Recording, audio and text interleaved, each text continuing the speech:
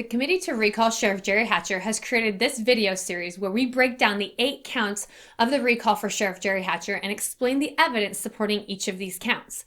The first count that the courts were asked to rule on is that Sheriff Hatcher appropriated for his own use 14 cases of ammunition belonging to Benton County, or in other words, Sheriff Hatcher took 14,000 rounds of county-owned ammunition. This whole situation started back in 2015 when then Under Sheriff Hatcher had Tim French purchase ammo for County Corrections Active Shooter Response Team.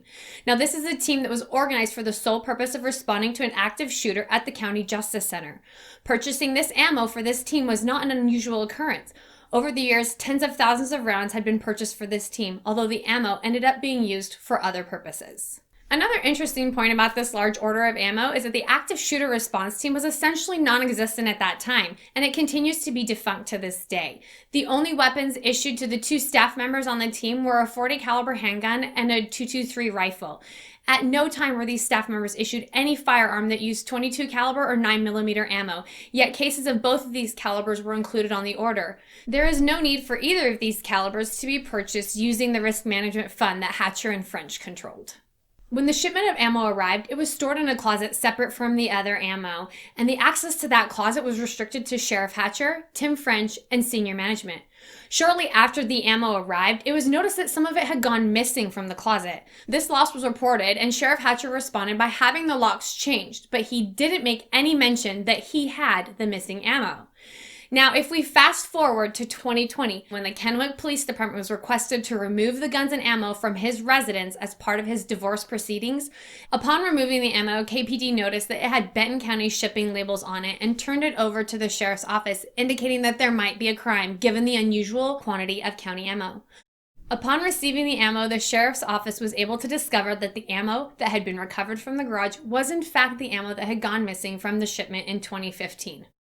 At a Republican meeting in September, Sheriff Hatcher was asked if the ammo had been inventoried. He responded that it had not, and when asked if anyone knew that he had the ammo, he again admitted that nobody knew that he took the ammo. If any other deputy took county property without going through the proper protocols, they would have been disciplined and likely their position terminated. In any other job, if an employee took thousands of dollars worth of office supplies home with them without anyone knowing, they would be fired too. So what makes this situation any different? Some people argue that 14,000 rounds is not a lot of ammo. Well, it was enough that KPD thought it was odd when they collected it. When the deputies from Franklin County Sheriff's Office reviewed the situation, they said the amount of ammo was alarming. Deputies from BCSO have stated that they are unaware of anyone being issued ammo by the case to take home. Typical use is 1 box of 50 rounds, and Sheriff Hatcher had 4 cases of ammo just for his issued sidearm. In addition to this, he had 6 cases of .223 ammo, which is the average of what the entire BCSO road deputy staff uses in 1 year. Now, some private individuals may have 14,000 rounds of ammo or more at their house, but this is ammo that they bought, not ammo that was paid for by taxpayers. Sheriff Hatcher claims that he needed the ammo at his home to save 40 minutes of drive time whenever the wind wasn't blowing and he wanted to go to the range. If he really needed all of this ammo for practice, why did he not qualify with his service firearm in 2016, 2017, and 2019? This ammo was purchased for active shooter response. If that is the use, then why did Sheriff Hatcher not attend any active shooter training for close to 2 decades? By law enforcement standards, he would not have qualified to respond to an active shooter event, even if he had his firearms qualification. And why could he only go to the range when the wind wasn't blowing? Shouldn't officers be able to work in any condition? It has also been claimed that as sheriff, he needs to be familiar with all the weapons issued, so it's okay for him to have ammo from weapons he's not issued. That's a nice thought, but it's not required by policy, and what the policy does state is that if you wish to qualify on a weapon that you are not issued, then you have to purchase your own ammo for it. The policy also states that you are not to use any county property for personal use. In short, Sheriff Hatcher took over 14,000 rounds of county ammunition, including calibers for which he was not issued a weapon.